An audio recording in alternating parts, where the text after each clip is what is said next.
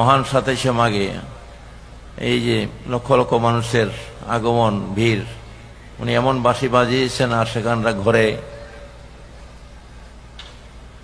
থাকতে পারেনি, আর সেখানরা চলে আসছে।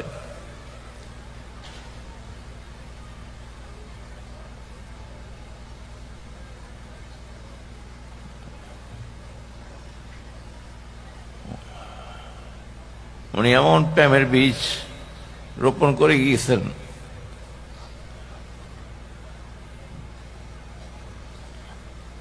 সেই প্রেমের বাগানের মধ্যে আশেকানরা ফুলে ফলে ভরপুর হয়ে আছে।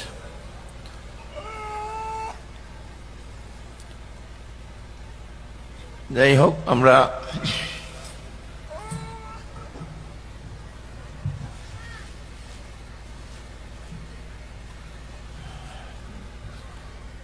ওনার মাদার শরীফের কাজে আমরা হাত দিয়েছি। ইনশাআল্লাহ তাআলা